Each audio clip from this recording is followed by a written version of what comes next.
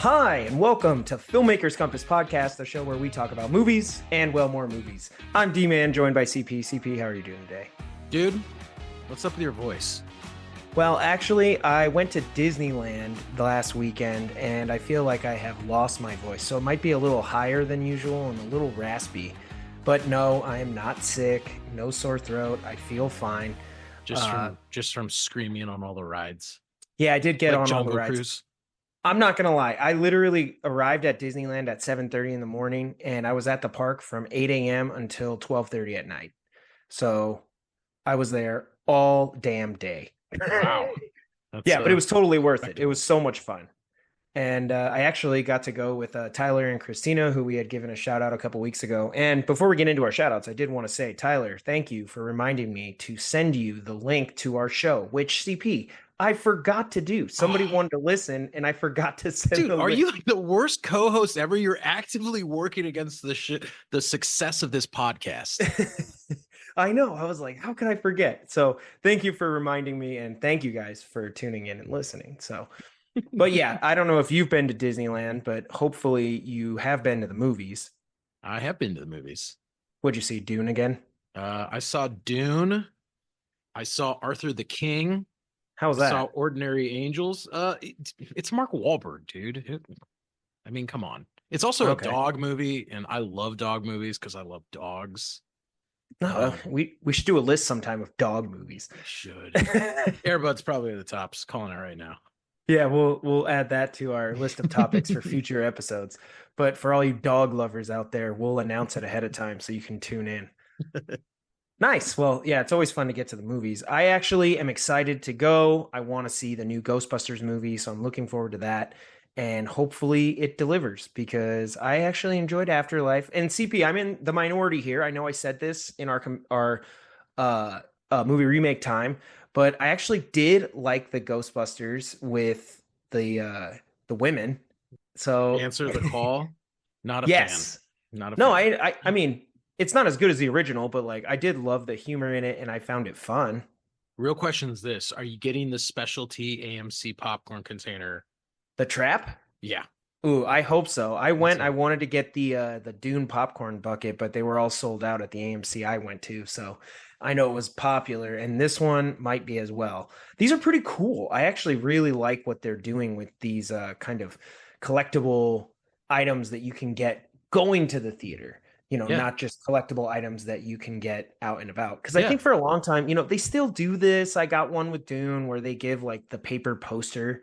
But I don't know that anybody like 10 years from now wants that paper poster. But they will want the Ghostbusters trap that they can eat popcorn out of. No, I agree, dude.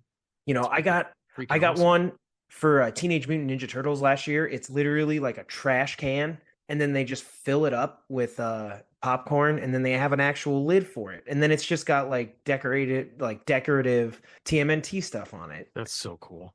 Inside and outside. Oh, that's even awesomer.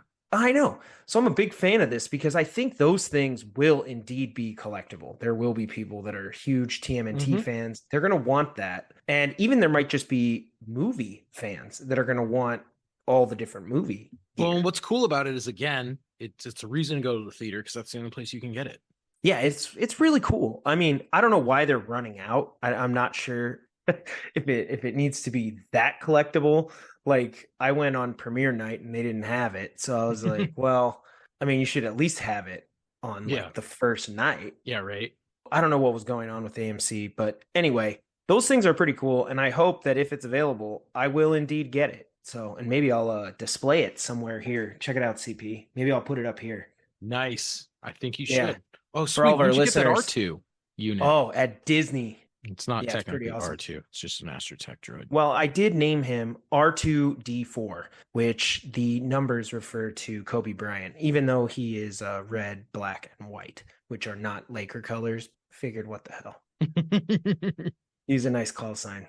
Shout out to my wife, Steph. Well, CP, let's go ahead and jump into some shout outs before we get into our topics this week. And first up is none other than Ivor. Ivor, we actually need to catch up with you.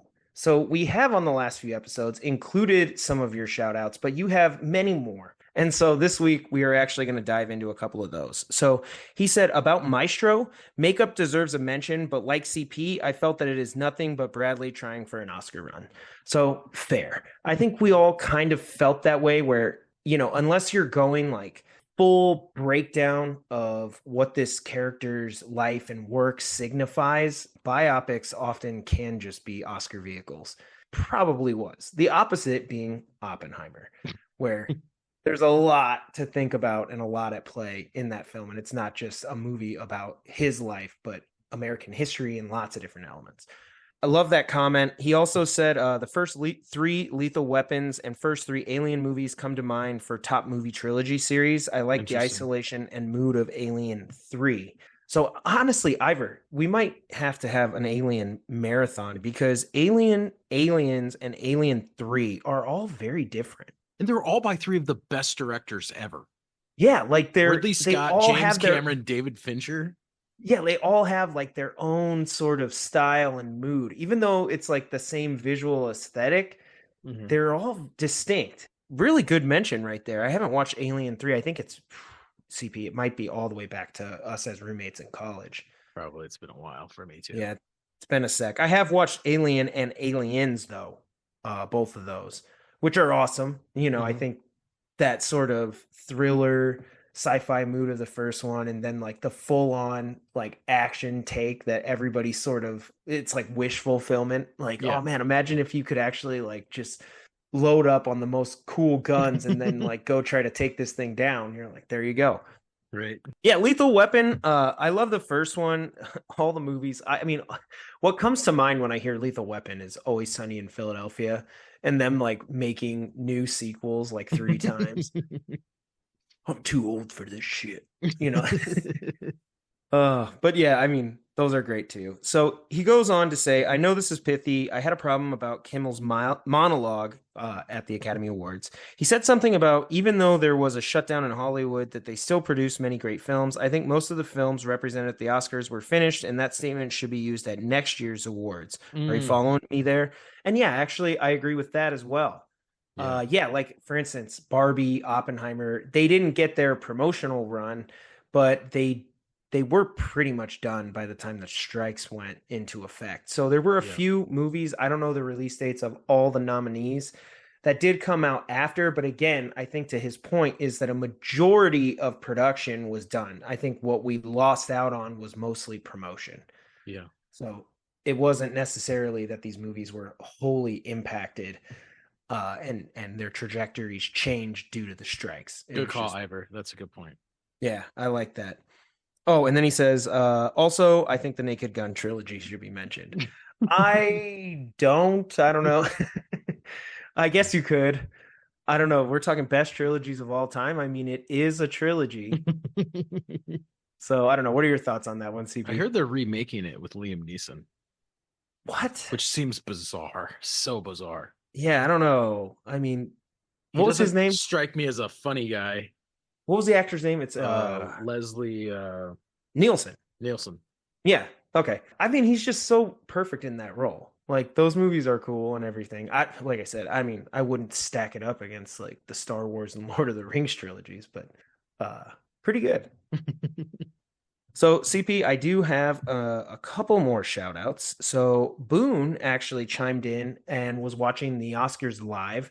So I wanted to give him a shout out and say thank you for sort of live commentary on the Oscars. And he had predicted a few things wrong. And then we actually got one wrong, which we thought Across the Spider-Verse would win for Best Animated Movie.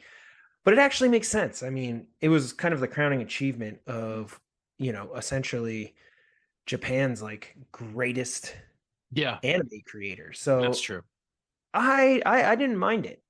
I thought it was pretty good. But Boone did bring up a good point on something that we missed last week on the podcast. And that is Al Pacino announcing Best Picture. We did not talk about that on the show. And I wanted to get your thoughts on this. What did you think about how he did that? I didn't know if he was drunk or it was like the old. With the exception of the year where they actually called the wrong movie, it was like the most botched delivery of the Best Picture winner ever. Well, first of all, he did not like recap the nominees. So if you watch the telecast, they basically between each award, Mm-hmm. they had featured one of the movies for probably about less than a minute, maybe a minute at most. And then they were sort of that's how they were doing the nominees throughout the night. And they've done this in various ways. They've had actual presenters come out and talk about the film or whatever. Like this isn't new to the Oscars, but what was weird was that when he came out to announce the best picture, he didn't recap it or like they didn't put all the nominees up and sort of like do a quick rundown, even if it was just posters or poster art or something. He just came out, like said a few things, and then he's like, how did he say it? He's like, my eyes Yeah. my eyes see Oppenheimer. And everybody was like, yeah, that's what your eyes see. Do they But actually is yeah. that the actual winners? The other thing was like normally people walk out to announce and they look very together. And like no offense, Al Pacino, but he looked almost exactly like in Heat after he gets in that fight with his wife and he steals his TV. Oh yeah. I'm like, did they just like roll this guy? Like, was he just sitting on his couch? And I'm like, whoa, dude, you got to get to the Oscars now. And just like Uber blacked him right down to the theater. And he just like walked up on stage because he did not look prepared in any way. He did not look together. Yeah, no. And I mean, in Al Pacino's defense, I don't know if you've seen him on red carpets in the last few years, but not great. He actually cut his hair and like apparently was trying, but still not good enough. But yeah, like when he actually announced it and he's like, my eyes see Oppenheimer, like that's all he said. And so everybody was like, wait, what?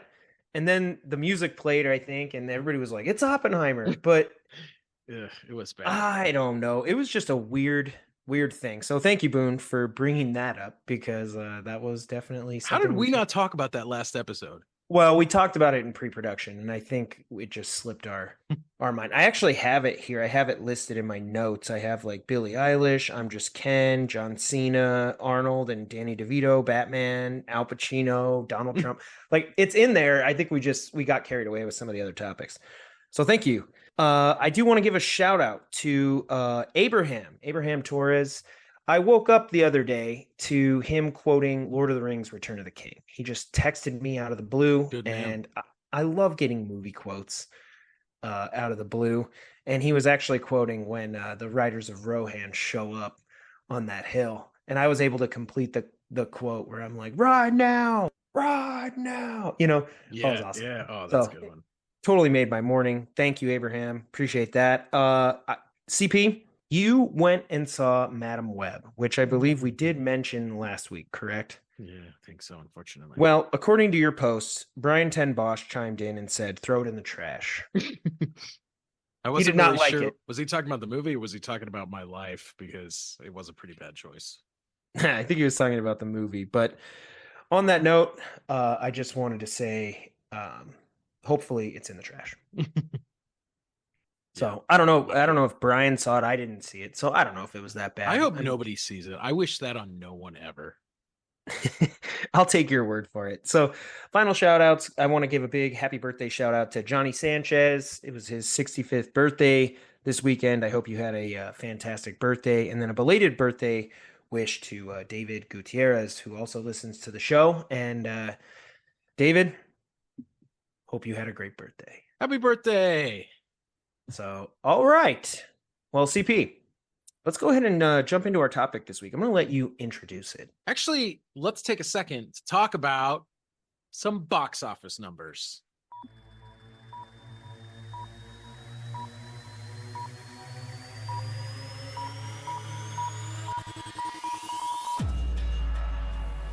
This is our box office breakdown where we are going to let you know what's new in the world of box office. I don't know why D-Man hates talking about the box office so much. I find it fascinating. So I love this discussion. The interesting thing is this, as I'm sure you guessed, there weren't any real major changes in the box office. Last weekend, Kung Fu Panda retained the #1 spot. Dune Part 2 retained the #2 spot. And the brand new Mark Wahlberg movie, which I saw, Arthur the King, jumped into the #3 spot with about $7.5 million domestically. Now, okay. The interesting thing is when we look at the global worldwide box office, Dune Part 2 is still going strong with close to $500 million made worldwide. And Kung Fu Panda is in second place with 177 million. So That's pretty far off. I'm assuming all this stuff is going to change, though, when Ghostbusters comes out this upcoming weekend. But, I think the real question is this. Is it possible that Dune 2 is going to break $1 billion? And with the way things are going, no.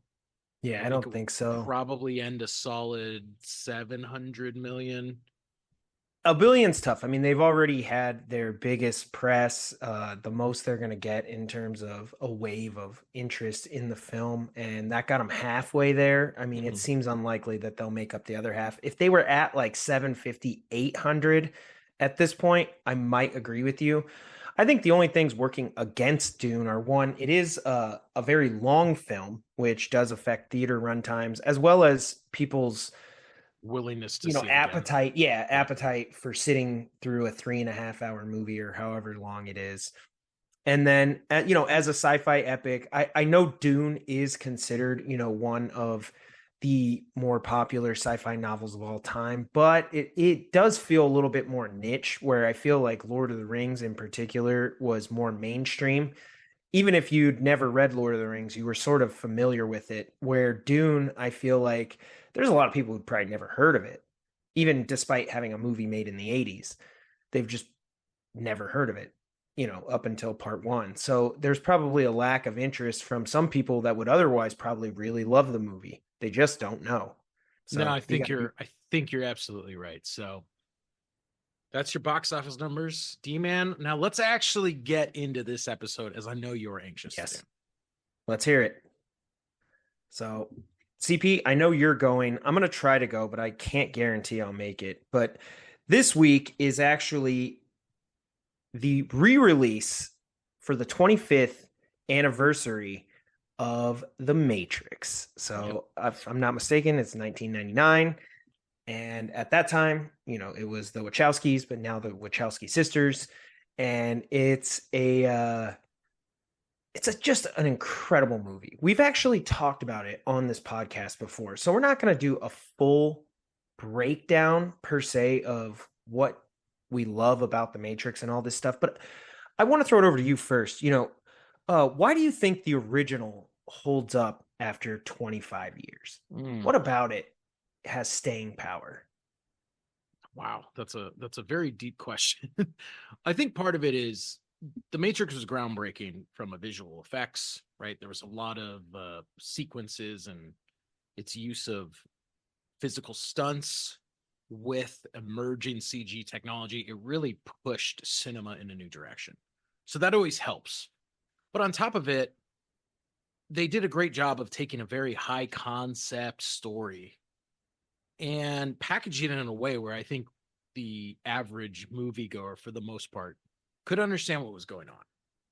Yeah, they do a few things in the movie to emphasize that fact. One, I think the most obvious is it adheres pretty strictly to the traditional hero's journey, Exactly, which is just a familiar storytelling vehicle. Star Wars: A New Hope adheres literally almost beat for beat.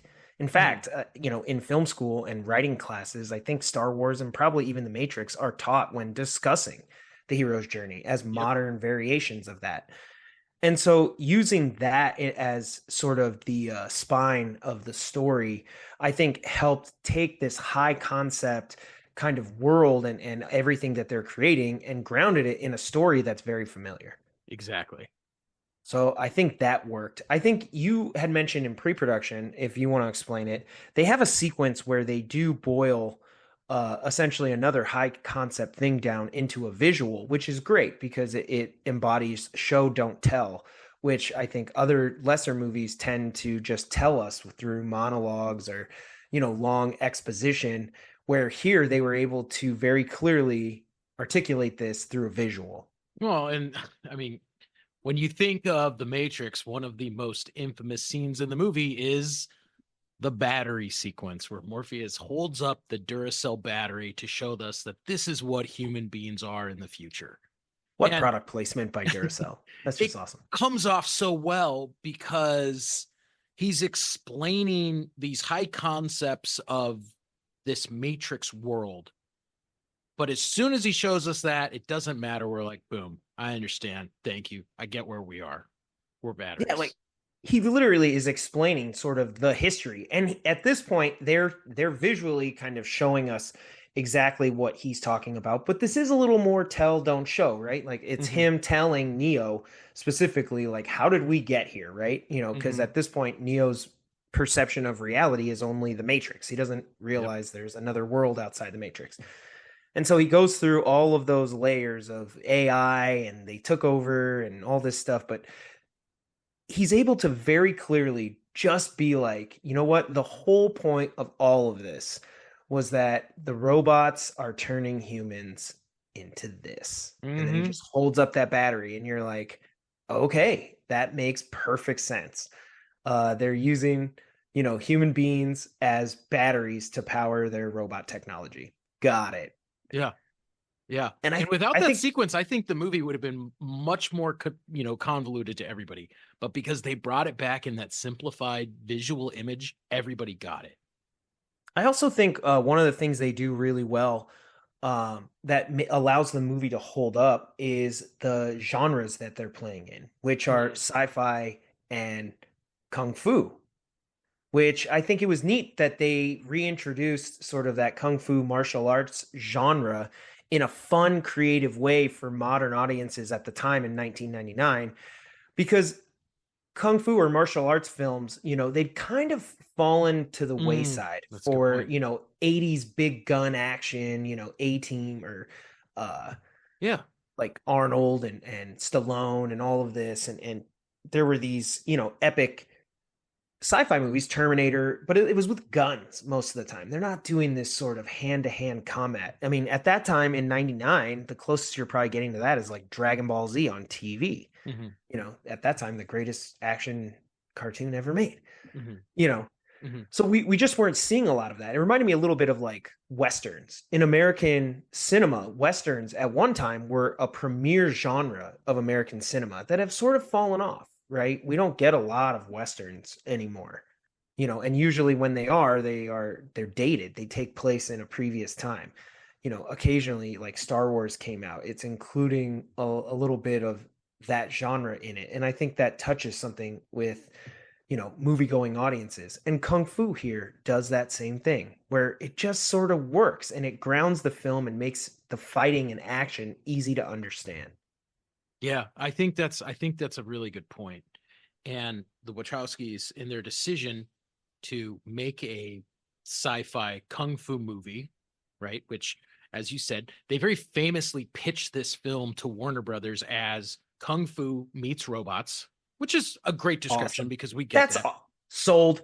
I'm But in. as you said, they take high concept stuff, the most high concept sci-fi film we maybe have ever seen.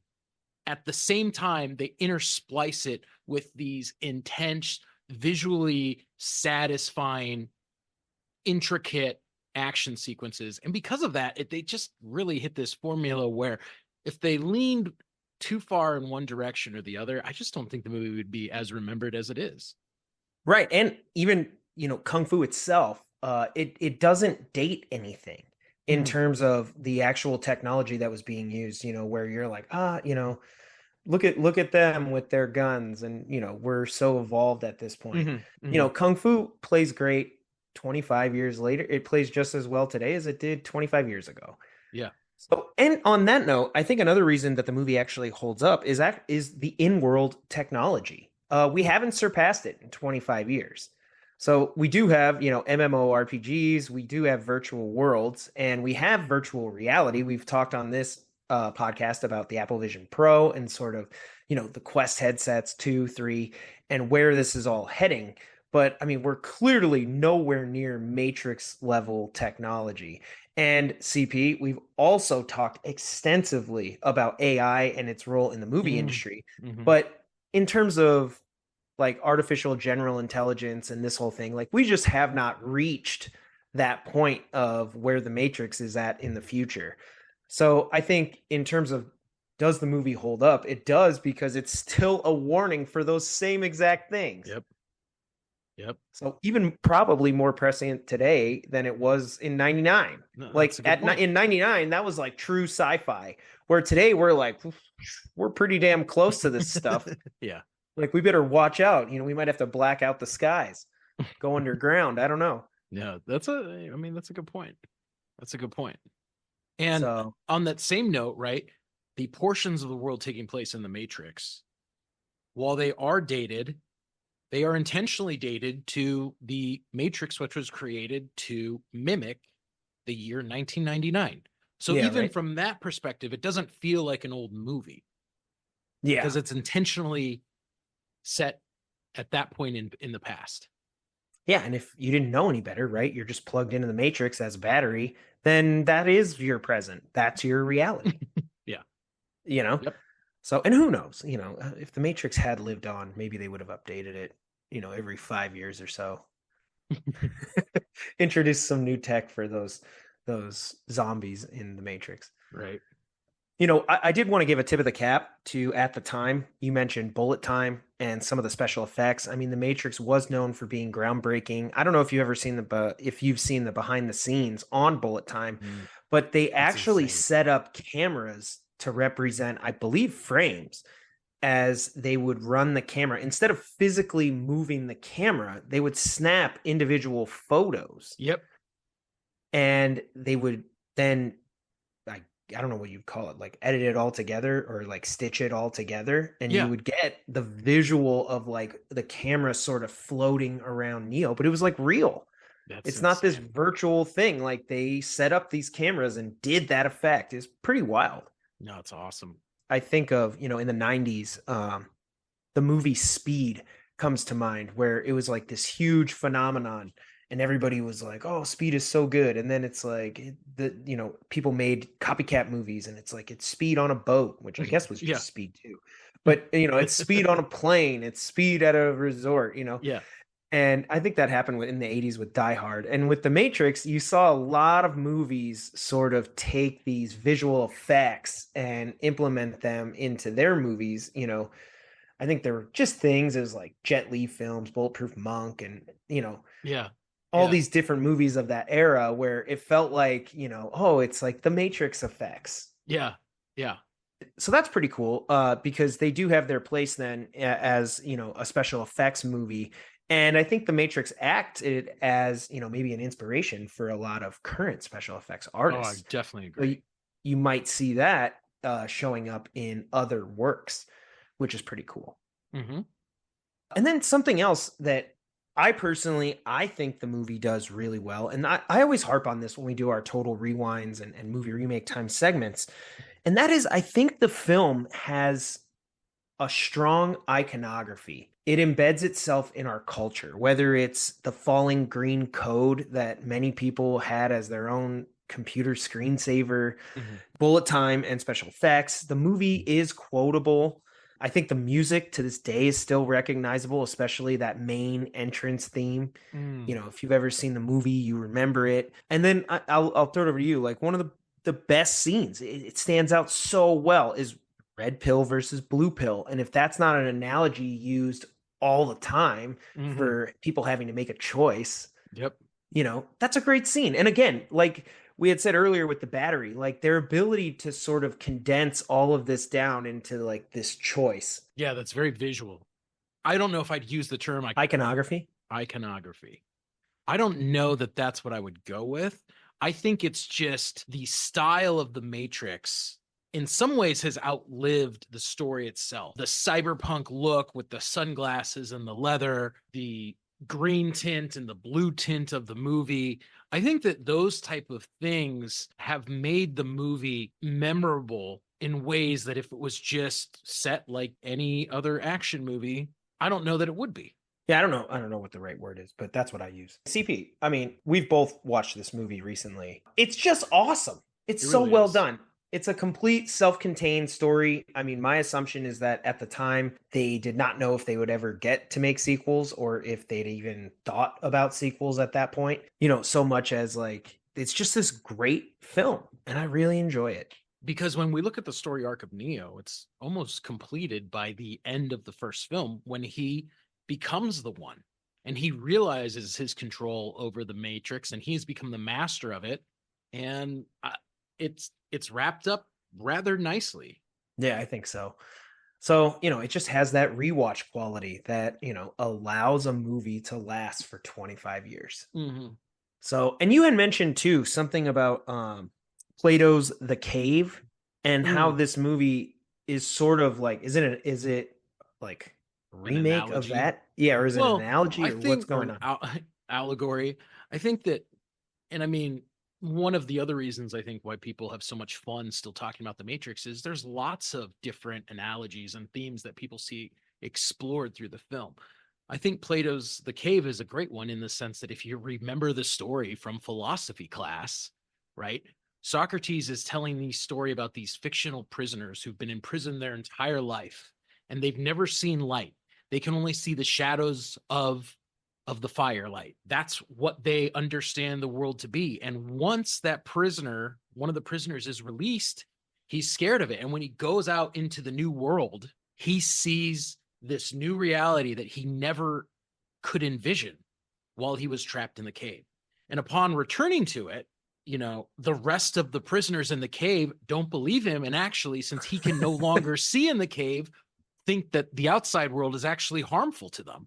Obviously, that's a very short description of a very big concept, but you can see elements of that at work in what's done with the Matrix. Yeah, I Neo get is it. this Yeah. man living this everyday life in this world that he thinks we live in until Morpheus shows him the truth. And he is exposed to this whole other world that he didn't even know. And I'm not going to lie, really sucks. And I would rather just live in the Matrix, especially if it's set in 1999. Oh yeah, I'd go back just for the music. Yeah, no, I mean the movie it just does so many things right. I think it was perfectly cast. Everybody played their even Cypher. Mm-hmm.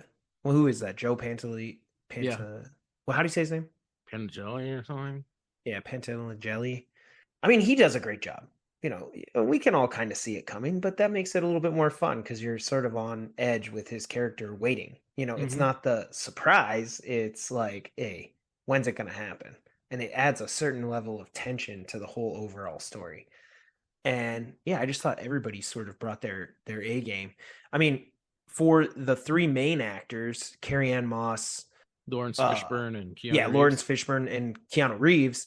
I mean, this was like a career defining role. Yep, This was absolutely. definitely, one of the movies that many people will know them for. And so I think that's another reason that it holds up because, you still see these actors in different movies, particularly Keanu in John Wick, but Mm-hmm. which again might be what modern moviegoers will remember him for is John Wick. Mm-hmm. But there is, an entire segment of people that will remember him for Neo. Yeah, no, I definitely agree. Mr. Anderson. Mr. Rand. What was his name? Thomas Anderson? Yeah. Just like the most bland. Sorry, all the Thomas Andersons out there. Uh, just like basic name.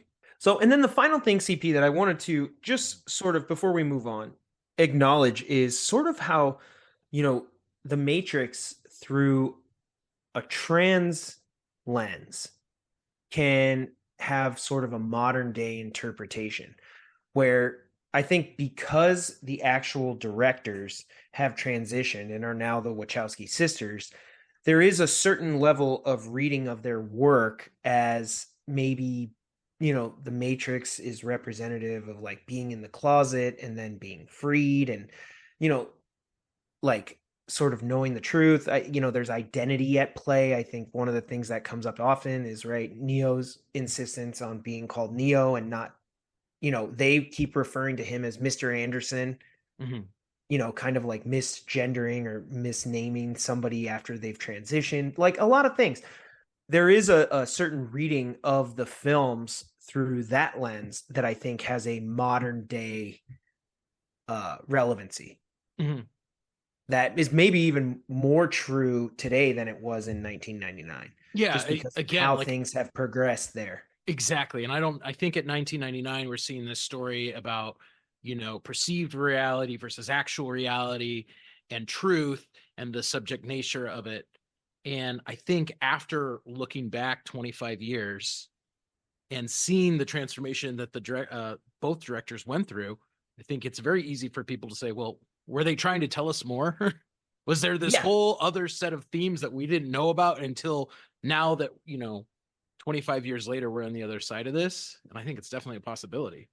Right. And, maybe to their credit, I've never seen any interviews or heard anything where they directly address this, but it seems like as the sort of authors of the story and the directors of the movie that, yeah, people sort of read into, like, obviously there's probably some elements of this at play, just, from within their own lived experience. Yeah. So, but again, that's a reading of it. That's an interpretation of it. And you can see the Matrix in many different ways.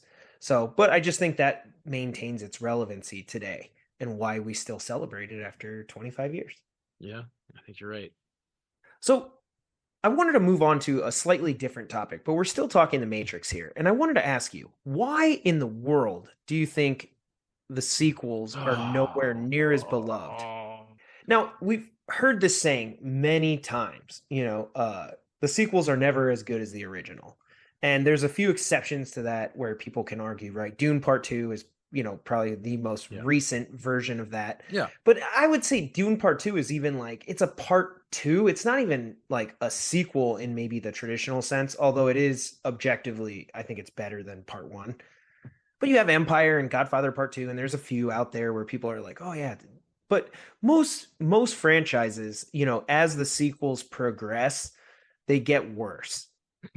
Yeah. And I'm not saying that's the case here, but we can definitely acknowledge that we won't really get into the new Matrix sequel. We're just going to talk about the trilogy, the two sequels. They're nowhere near as beloved. I mean, they might sort of be required viewing if you're a fan, just because you love that world and you got to see it through. But I don't think people hold those in the same regard as the original. Yeah, for sure. Now, why do you think that is? Like, what happened here where they literally have such a rich world? They have beloved characters. They have many of the elements that should equate to, if not necessarily as good as the original, but right there. Like, what happened? Well, I think a lot of it comes down to story structure. There's a lot going on in these films, but let's look at story structure first. The first thing is the hero's journey as it portrays to Neo is kind of concluded to a point where you would wrap the story at the end of one. Okay. And it's never continued to the effect that it should be if that's the narrative that they're interested in following. Okay. I mean, a great analogy is just Star Wars: A New Hope, right? Luke, at the end of the first movie is, spoiler alert, he uses the Force to help the rebels defeat the Empire and destroy the Death Star. But he's by no means a Jedi. In fact, in the part 2, Yoda says that he's probably too old to be trained and all this stuff, which we know obviously goes out the window. In essence, his arc is complete when he's able to defeat his father and stand up to the Emperor and declare himself a Jedi. But that arc takes 3 movies. Right? It doesn't end he's not a Jedi at the end of the first one. In fact, we've never even seen him in a lightsaber duel. Right. And so there's still a lot to be, And if the first Matrix ended with Neo having this undiscovered potential that maybe we see glimpses into, and then the rest of the trilogy is a quest for him to explore that and reach his full potential, then we have a very complete Neo-centric story. Yeah. Now, I agree. The other problem is that aside from the hero's journey structure issue, I actually don't think the trilogy is structured like a trilogy. There's a first movie, then there's the first part of the conclusion and the second part of the conclusion. We're kind of missing that second block in the chain. It's Reloaded and Revolutions, right? Yeah. Because so what you're saying is almost like how Dune is like part 1, part 2, but it's almost like Reloaded and Revolution are its own thing, and then the original Matrix is kind of like separate. Well, Reloaded is like the first part of Revolution's storyline, But honestly, you could cut Reloaded down to like a half-hour movie and we could get the gist of what we need from it. So the arc is not balanced in a way that we expect a trilogy to be balanced. Okay. Yeah, I I mean, can see that. let's look at the movie Revolution or Reloaded as it is. I mean, there's some incredible action sequences, Yeah. like incredible action sequences, but they don't actually. They're like very Michael Bay inspired. Like they don't actually drive the story. They don't affect the decisions that the characters make. They're not based around characterization like the action sequences in the first Matrix are. They're just there and they're fun to watch, but they don't contribute anything meaningful.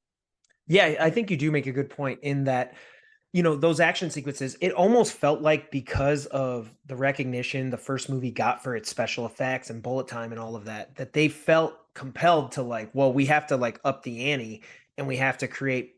But in doing that, they created the sequences, but like you said, they weren't integral. You could probably cut them and get that runtime down to that 30 minutes you said, where you're like, it doesn't really matter. Like, you don't need to see anything. It's just cool.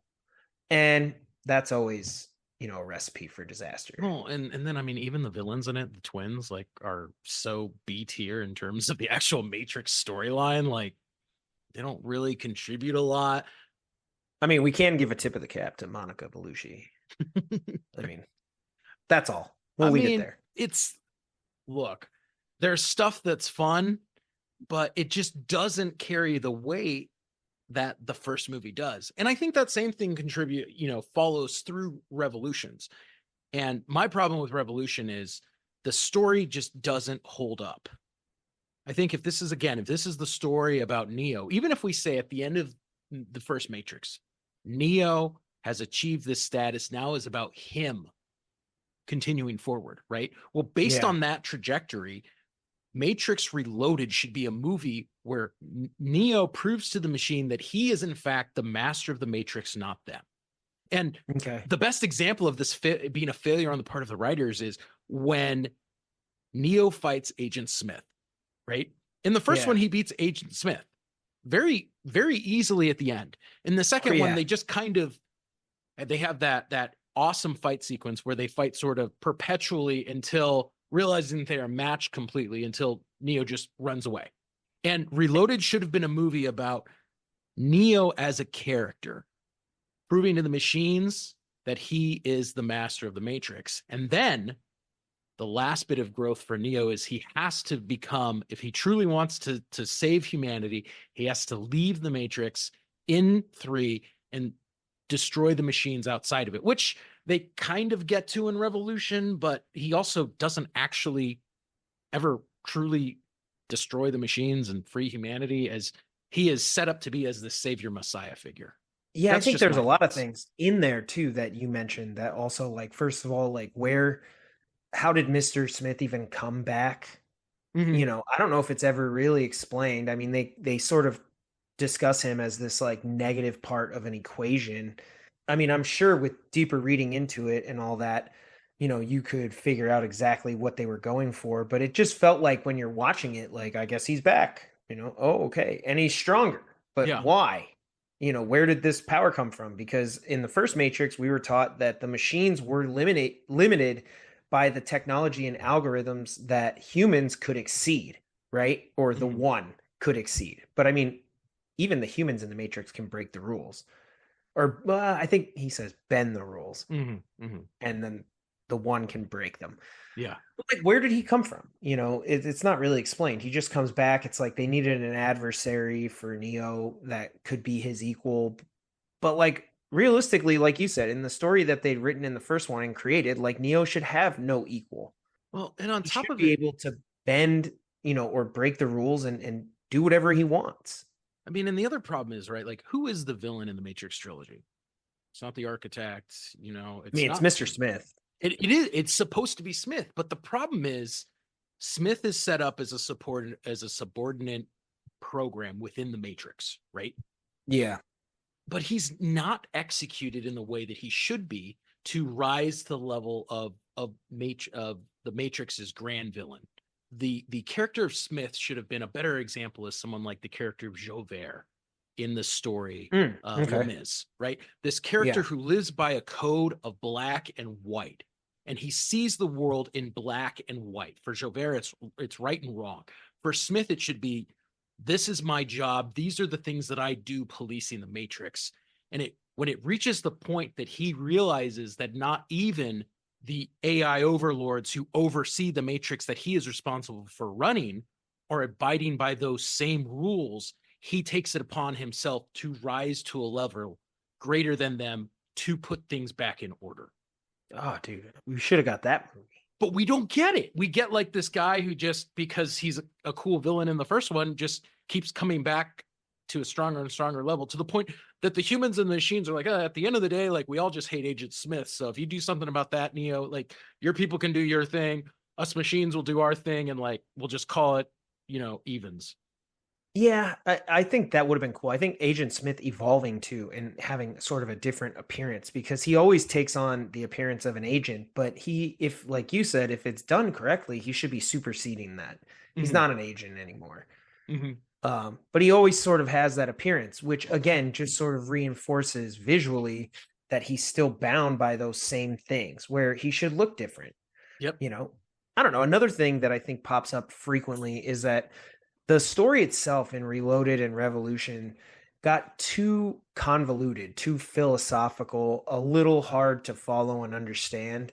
Where we talked about the first movie was able to sort of simplify these concepts visually and convey them in a way that was digestible. People were like, okay, I mean, I don't get everything that's going on here, but narratively, I know exactly what you're talking about. Neo's got to make a choice, or humans are batteries. Well, you're like, okay. I think the best example of this is when Neo finally goes to talk to the architect in Reloaded. Yeah. They just have this long esoteric conversation with big words. And I'm like, you guys got to pop out a visual now so we can see it. Yeah, it just gets a little too deep. And I think, this is a good example of what happens in movies. Maybe like Tenet is a recent movie where it's a good example. I think it was a little too confusing. Even though I know there's a YouTube rabbit hole you can go down and you can go figure out or, decipher exactly what Christopher Nolan was doing in that film.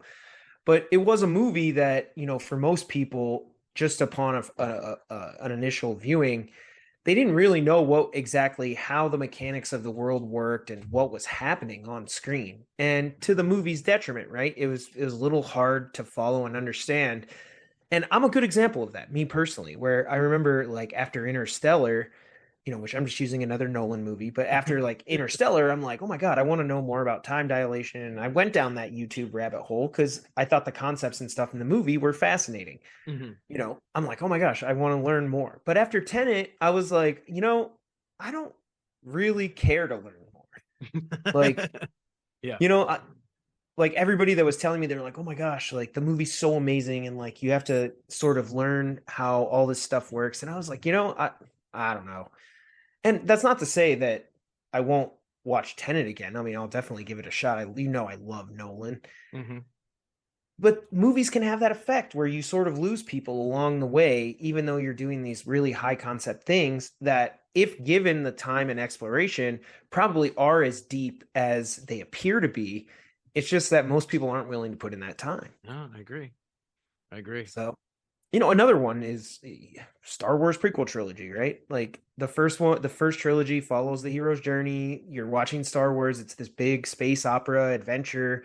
And then you go to like the prequel trilogy and George Lucas is getting into politics and like, democracy dies. And, this is how democracy dies and like all this stuff. And you're like, I didn't know we were getting into like Senate seats and thought this was Star Wars, It's a little bit high concept for, I think, what people's perception of it was that it's going to be like adventure and fun.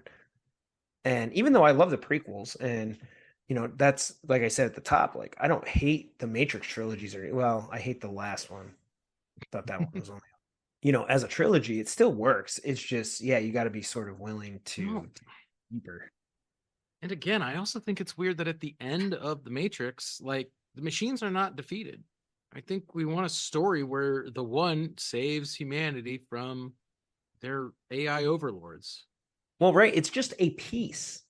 and peace doesn't always last. So is Yeah. that the end, or, and especially like you said, given robots' lack of humanity, I don't think it would come off as, because the movie or the trilogy itself never posits that like robots are living beings and they should be respected. Like it never takes that stance No, in ever. fact, one of the things that we do see in the character of Neo, what sets him apart is his love for Trinity, right? That's what set him apart from all the other ones in previous Matrixes, and that's what sets him apart from the machines.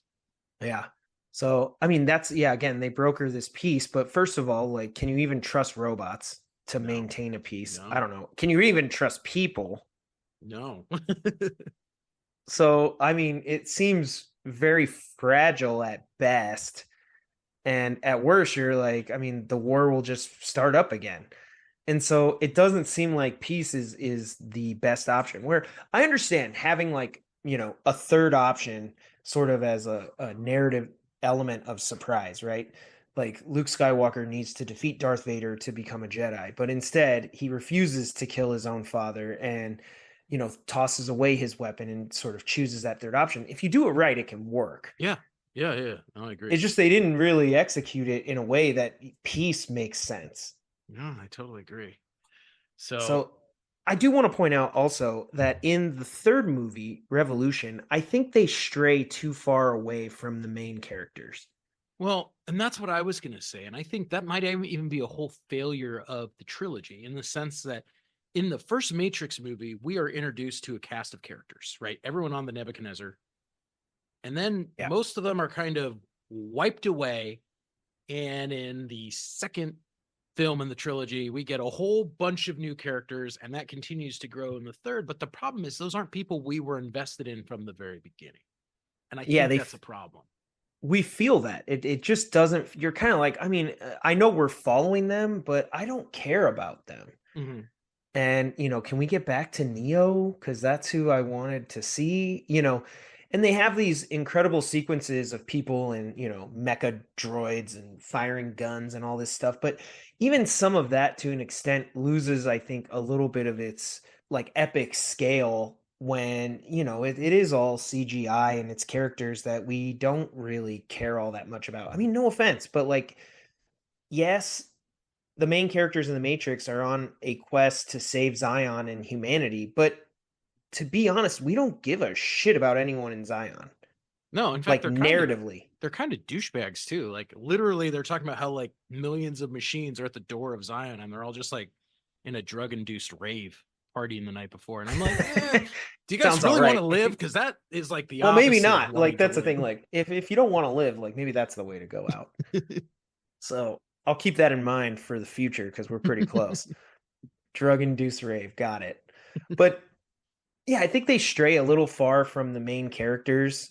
And part of that, is, and again, there are character deaths and things that happen, but like, even Morpheus is relegated sort of to, gunner on a ship. And then So yeah, so we're just following these other people. And I just don't think it works narratively. Like you want to follow the characters you love that you fell in love with initially.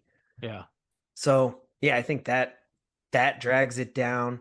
And then, you know, I think too, like there are some religious overtones, and they don't feel proper to me. They feel a little shoehorned in, because I never got that sort of religious vibe from the original, Mhm. even though like there's the prophecy and the Yeah, Messiah, the yeah. one, and all this stuff. Like those elements are at play, and again, like another movie where we see that now is Dune, where there's a cautionary tale about buying into all of that crap. Here you have it, and we sort of talked about this a little bit, like Chosen One storylines last week, or no, Mhm. 2 weeks ago when we talked about Mhm. Dune. I don't know.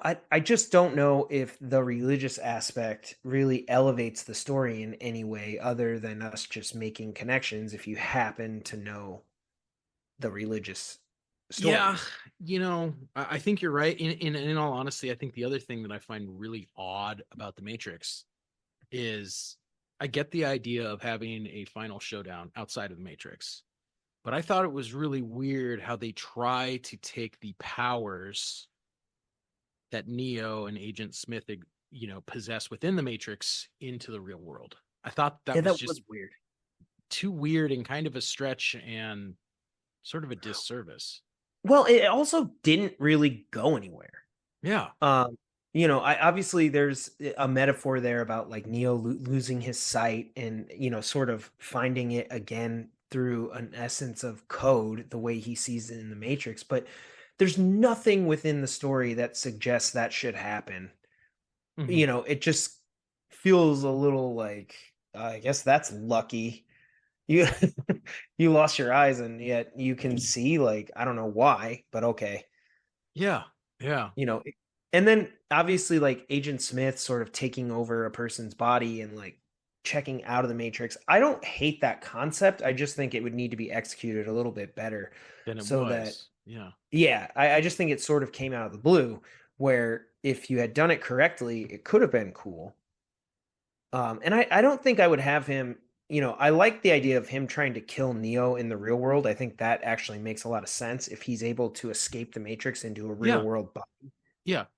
I think it might have worked better if he was sort of operating from the outside, maybe getting information or different things for a majority of that time and not given the opportunity to interact with Neo directly. It might have added more tension to the story. I just didn't get what they Yeah. were going for. No, I thought it was weird. So I also wanted to address The Matrix is a story that after the first one had a lot of people theorizing. Yeah. So we heard a lot about a matrix within a matrix. Yeah. Is the real world really the real world? And they Yeah. also neglected to address that at all, even though that was what, I mean, we kind of got that movie later with like Inception, A Dream Yeah. Within a Right. Dream, Yeah. Yeah. like layers. But and Christopher Nolan is actually playing with that idea, right? At the end when he spins the top and does Yeah. it fall, kind of like, Yeah. I mean, what is the real world? What is it? Yeah. And The Matrix had a chance to maybe explore that theme even deeper than Inception does, because you had a trilogy to do it, and they declined. They Yeah. did not go that route. And I think maybe for a lot of people, that also was a letdown of expectations. I think they were thinking it might go there, and it just doesn't go there. Hmm. Yeah. No, that's a good point. That's a really good point. I don't know. Sometimes that's just a mismatch of what you're expecting versus what you get Yeah. can, change your perception of those movies. But yeah, overall, I mean, I think sequels do have trouble living up to their, original works. And when you see it done right, it's so special. And I think that's why, on this show, and if you go, basically on anywhere on social media or YouTube, you're going to see most people cheering on Dune Part 2. Yeah. No, I think you're right. And it's because it's so rare. We just, you get Jurassic Park, then you get The Lost World, then you get Jurassic Park 3, you know, Yeah. or you get The Godfather 3, or, even while we've said many times on this show, like I applaud George Lucas's effort to tell a different story. I mean, I don't think anybody's like, oh, the prequels were better than the original trilogy. Even Just though Ivor. I think Ivor told me that once. he likes the prequels more.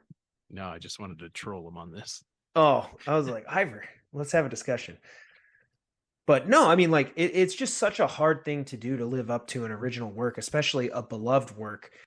It just happens more often than not that people fail at it. So, Yeah. anyway, 25 years, CP. That's pretty impressive. Well, if I can swing it, it's not playing in any of the theaters near me because it's obviously a really limited release. So if I can make it, I will. Maybe I need to rewatch the whole trilogy. I'll see if I can make it to the theater, go watch the original, and then watch the other two. Ooh. What do you? I mean, I've seen the new one? I don't even I count it. hate the new one. That was bad.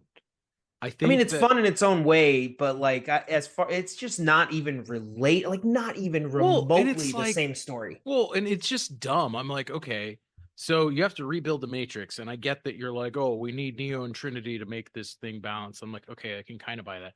Then why the heck are you bringing back Agent Smith? Apparently, if he was such an a-hole that even the AIs hated him, I'm like, why do you need to bring that guy back?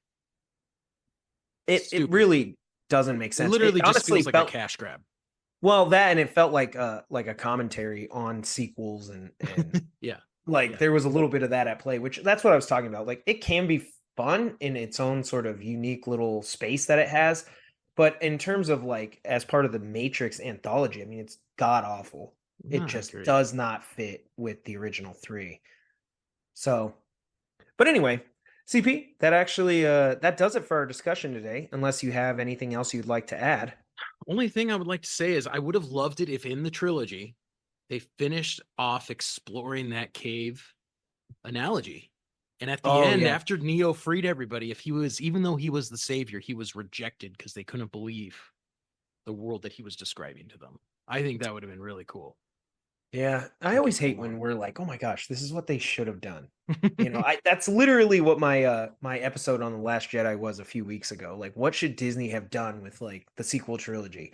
And it's like, at times I'm like, oh my gosh, like it's not even that difficult. Like, it seems fairly obvious in retrospect, but who knows, what the vision was at the time. So hard to say, but I do applaud when people at least have a vision and they're trying to do something. Just because it doesn't always work doesn't mean it's not worthy of checking out. And I think the Matrix trilogy is that. It's definitely something that if you get a chance, check it out, and you can dig deeper, whether it's going down that rabbit hole on YouTube, going and checking out some blog posts, or even listening to, some of the old DVD commentary and what they were up to, because they were trying to do something. And I think that's incredibly admirable. And I think when you get storytellers that can do that, that's just awesome. That's what makes movies great. And stories. Yeah.